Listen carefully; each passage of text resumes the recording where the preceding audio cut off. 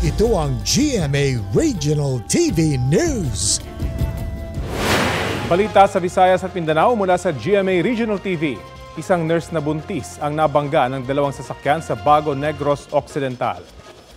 Sara, ano nangyari doon?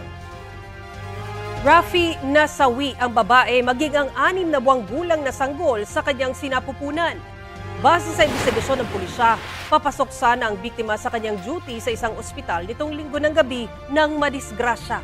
Nasa pedestrian lane ang biktima nang mabangga ng isang AUV na papuntang Bacolod City. Nabangga ulit siya ng isa pang sasakyan matapos mapunta sa kabilang lane.